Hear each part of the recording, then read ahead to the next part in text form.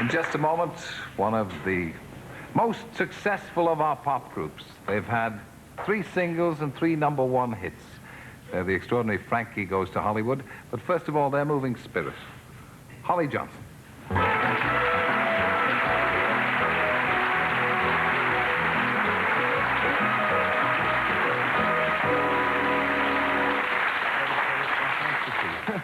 It seems to me that you sort of plunged into things rather quickly. Having had enormous success very quickly here, you then rushed off to America. That was a pretty plucky thing to do, wasn't it? Indeed, we kind of plunged very deeply into the kind of arena, so to speak, the kind of pop music thing and the media and flashbulbs and everything kind of related with that, yeah. And we went over to America, though, as a kind of testing ground, because we got this kind of really strange press that kind of said, you know, oh, they can't play the instruments. Where? Here in America? In England, yes. Yeah. That kind of thing. So you did. You got good press, a lot of attention, but there was the accusation that the whole thing was a hype. That, indeed. Yeah. But it wasn't, was it? No? Well, there are certain elements that you use when you market a product. For example, you know, you have a nice set, for example, or, you know, you package your records really nicely, or wear a red tie, things like that, you know. With a blue stripe? Indeed. Yeah. Think that's a mistake, do you? Not a mistake, it's very colourful.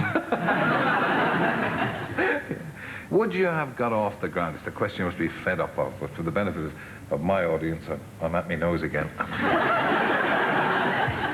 I've had a lot of trouble with the old Hoover today. Yeah. But would you have got off the ground as quickly?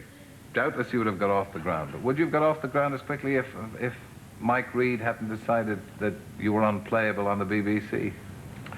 Most definitely. Most definitely you would have got off the ground. But you wouldn't have done it as quickly, would you? I mean, it was a lot of good publicity for you. In a way, I've got my little theory about the way the BBC kind of put the kind of stamp of ban on Frankie Goes to Hollywood. As the BBC are kind of a government-linked situation, I'm sure they did it to improve the balance of payments, because the record did really well abroad. It did very well here, of course, and it did make you even more anti-establishment. Well, yeah, it's the whole thing about, you know, the pop musician, like a rock rebel that the teenagers identify. Yeah, I suppose it did. Is that where you see yourself? Do you see yourself as anti-establishment? Do you think pop music has to be that way? It does in a way. What it has to do, I think, is kind of stimulate the youth of a generation to kind of be a bit cocky, you know, and not kind of accept everything around them, you know, and what's going on. But if you have a certain kind of image, and without mentioning any names, it's quite obvious that certain singers have a certain kind of image. It becomes enormously popular for a year or so, and then goes out of fashion. How can you cope with that? Well, pop music is a very transient kind of life. It can be, you know, the fortune of people go up and down. Like last year, for example, I was signing on in Liverpool, kind of Renshaw Street, you know, you go and sign on and everything. For the Dole? Yes. And this year, and I'm on the Terry Wogan show instead. It's now, isn't it? Downward all the way, hasn't it? Totally, yeah. How do you feel about the kids you've left behind? Well, I was talking to the Liverpool Echo when I was in Los Angeles recently, and they said, you know, what's... Why didn't you talk to the Los Angeles Times? Why are you talking to the Liverpool Echo when you're in Los Angeles? I think the Liverpool Echo needed it a bit more than the Los Angeles Times. Anyway, I was just kind of saying, you know, it's really strange to be here in LA, kind of, although I was working my butt off, to put it proverbially, and kind of remembering, like, last December, less than a year, you know, walking up the street, going to sign on, and seeing other people in the queue and stuff. In a way, I think that if people kind of, you know, recognize me from that queue, and the other lads, of course, that it will kind of uplift them slightly and think, well, you know, if that Al-Ass can do it, so can I.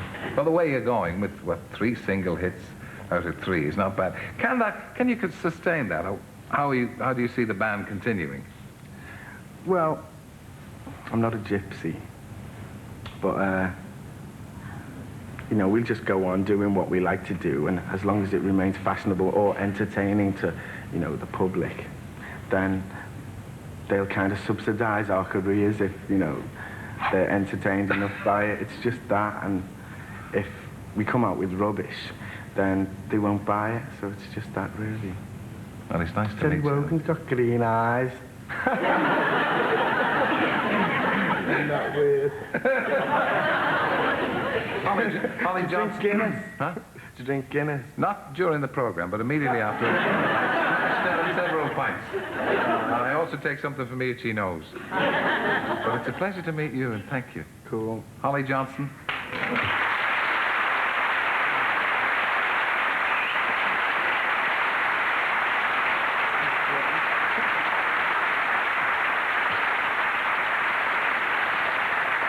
Holly Johnson and the rest of Frankie Goes to Hollywood and the Power of Love.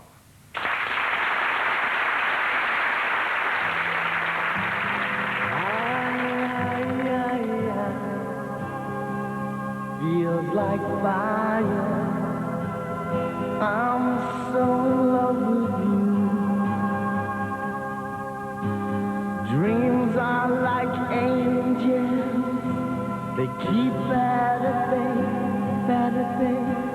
Love is the light, scaring darkness away. Yeah. I'm so in love with you, hurts the soul. Make love your goal. The power of love, a force from above, cleaning my soul.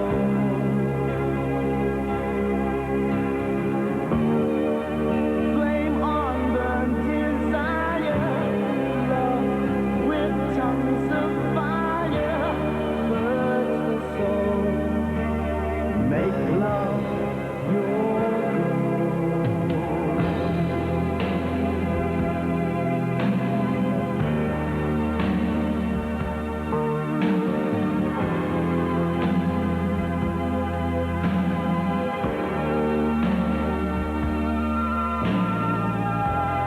I'll protect you from the wooded floor, keep the vampires from your door.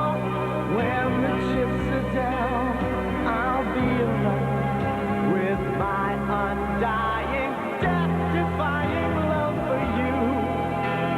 Envy will hurt itself. Let yourself be beautiful. Sparkling love flowers and pearls and pretty girls. Love is like an energy, rushing inside of me. Yeah.